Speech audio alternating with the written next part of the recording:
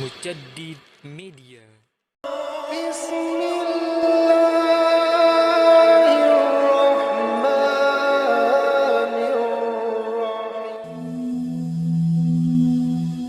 Assalamualaikum warahmatullahi wabarakatuh. Sahabat Mujaddid Media rahimakumullah. Pada kesempatan kali ini Mujaddid Media akan membahas mengenai sejarah Ahmad Tagudar. Ia merupakan pemimpin Mongol pertama yang memeluk Islam. Ahmad Tagudar bin Hulagu Khan adalah raja ketiga dari kerajaan Mongol dinasti Ilkhan. Selang 8 tahun setelah Hulagu Khan wafat, anaknya yang bernama Ahmad Tagudar memeluk Islam.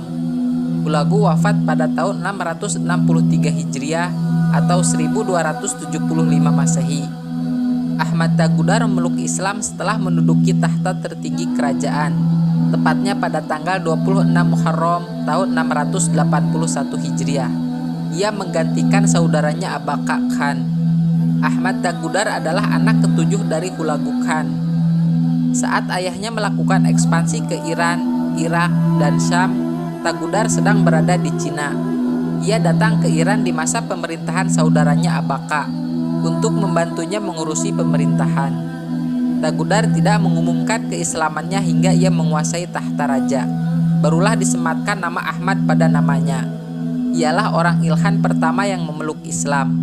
Melalui perantara dirinya, banyak orang Mongol pun memeluk Islam, dan mereka bersungguh-sungguh dalam memeluk Islam tersebut. Keislaman Tagudar tentu berdampak positif bagi negara-negara tetangganya. Dinasti Ilkhan yang sebelumnya berkonfrontasi dengan kerajaan-kerajaan Islam, kini menjadi sekutu kaum muslimin. Ia mengubah kebijakan konfrontasi terhadap Islam menjadi rekonsiliasi. Langkah awal yang ia lakukan adalah mengutus dutanya menemui Sultan Kerajaan Mamluk, yaitu Sultan Mansur Qalawun di Mesir. Peristiwa ini terjadi pada Jumadil Akhir tahun 681 Hijriah atau September tahun 1282 Masehi. Utusan dinasti Ilkhan ini membawa kabar gembira kepada Sultan Qalawun dengan keislaman Tagudar. Raja dinasti Ilkhan baru itu sangat berkeinginan mengenalkan syariat Islam di tengah masyarakat Mongol. Cita-citanya adalah menjadikan masyarakat Mongol sebagai masyarakat madani. Untuk merealisasikan cita-cita itu, ia wujudkan dengan banyak membangun masjid dan madrasah, dan ia juga memberikan fasilitas mudah untuk menunaikan haji.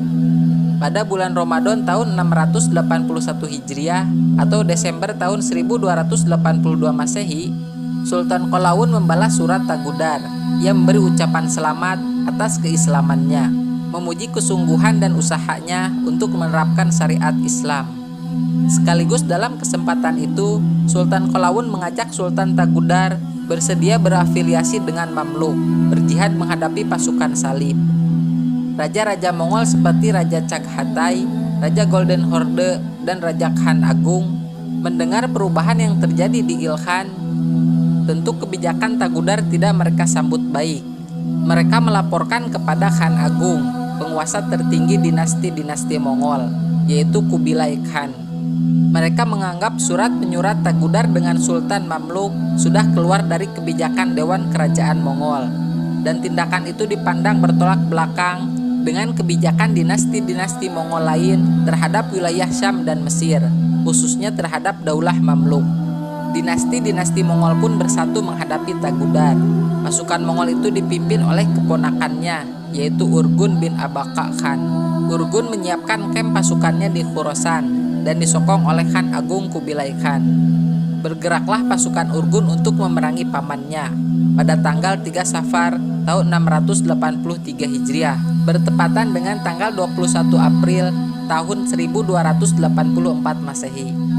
Singkat cerita, Tagudar berhasil mengalahkan sekutu pasukan Urgun dengan keluarga Mongol lainnya.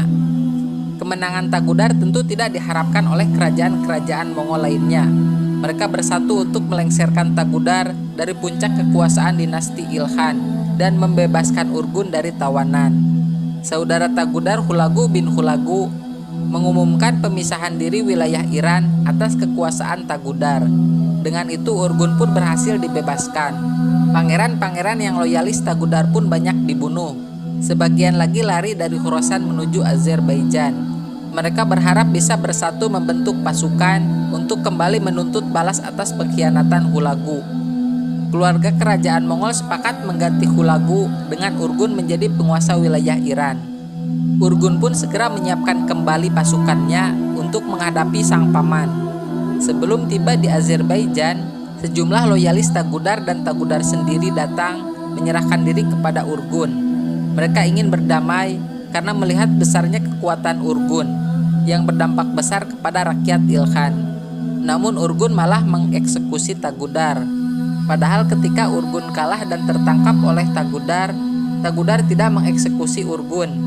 Urgun tidak puas dengan hanya lengsernya sang paman dari puncak kekuasaan dinasti Ilkhan. Ia pun mengeksekusi sang paman dan para loyalisnya. Peristiwa tersebut terjadi pada 26 Jumadil Ula tahun 683 Hijriah, bertepatan dengan 10 Agustus tahun 1284 Masehi.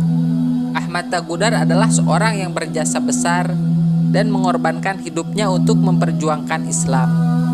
Alhamdulillahirabbil alamin. Sampai di sini sejarah singkat mengenai perjalanan hidup Ahmad Tagudar.